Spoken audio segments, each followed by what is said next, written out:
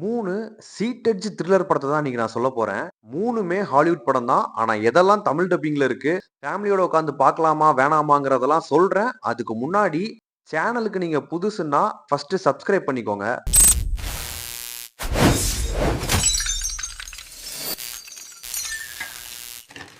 நம்ம பார்க்க போற படத்தோட பேரு பிரைமேட்.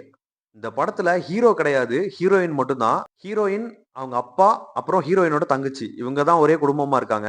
ஹீரோயின் ஹையர் ஸ்டடி முடிச்சுட்டு இப்பதான் வீட்டுக்கு வராங்க. ஹீரோயின் அவளோட ஃப்ரெண்ட்ஸையும் சேர்த்து வீட்டுக்கு கூட்டிட்டு வரா.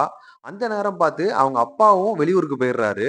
இவங்க வீட்டோட செல்லப்பிராணியே ஒரு குரங்கு தான். அதாவது ஒரு கொரில்லா குரங்கு. அத தான் இவங்க 3 பேருமே ரொம்ப பாசமா வளர்த்துருக்காங்க. ஹீரோயினோட ஃப்ரெண்ட்ஸ் எல்லாம் வந்து அன்னைக்கு நைட்டு அந்த குரங்க ஒரு மங்கூஸ் கடிச்சிருது. அதனால அதுக்கு ராபிஸ் வந்துருது. அது வெறித்தனமா எல்லாரையும் அட்டாக் பண்ணுது. அதுலருந்து எப்படி அவங்க தப்பிக்க போறாங்கன்றது தான் மீதி கதை. ஏகப்பட்ட ஜம்ப் ஸ்கேர் சீன்லாம் இருக்கு. அந்த குரங்க பார்த்தாலே நமக்கு பயமா இருக்கும்.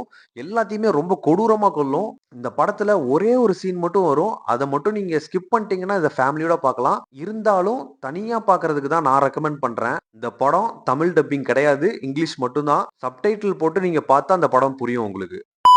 நம்ம பார்க்க போற அடுத்த படம் தி அட்டாப்சி ஆஃப் ஜேன் டோ.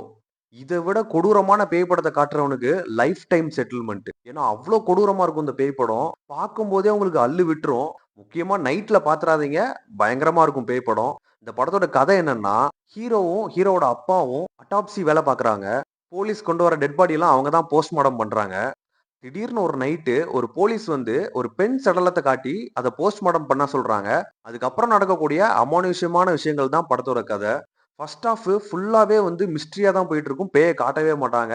ஆனா செகண்ட் ஹாஃப்ல தான் பேயவே காட்டுவாங்க. ஆனா ஃபர்ஸ்ட் ஹாஃப் போற வேகமே தெரியாது. இந்த மொத்த படமுமே வேற லெவல்ல இருக்கும். ஃபர்ஸ்ட் ஹாஃப்ல அப்பாவும் பையனும் போஸ்ட்மார்டம் பண்ண போவாங்க. அதுக்கே ஏகப்பட்ட சிக்னல்ஸ் வரும் பண்ணக்கூடாதுன்னு. அந்த பையன் எவ்வளவோ சொல்லியும் அப்பா கேட்க மாட்டாரு. இதெல்லாம் இந்த காலத்துலயும் நம்பிட்டு இருக்கியா? வா பண்ணலாம் அப்படின்னு சொல்லிட்டு போஸ்ட்மார்டம் பண்ண ஆரம்பிக்கிறாங்க. அதுக்கப்புறம் ஏகப்பட்ட மிஸ்ட்ரீஸ் வெளிய வருது. இதுக்கப்புறம் என்ன நடக்க போகுதுங்கிறத நீங்க படத்த பார்த்து தெரிஞ்சுக்கோங்க. ஒரே ஒரு சீன் சொல்றேன். அந்த சீன கேட்டாலே நீங்க படத்த போய் பார்த்துருவீங்க. ஃபர்ஸ்ட் ஹாஃப்ல ஹீரோவோட லவ்வரு அந்த போஸ்ட்மார்டம் ரூம்க்கு வருவாங்க. ஒரு கியூரியாசிட்டில அந்த டெட் பாடி எல்லாம் தொறந்து பார்த்துட்டு இருப்பாங்க.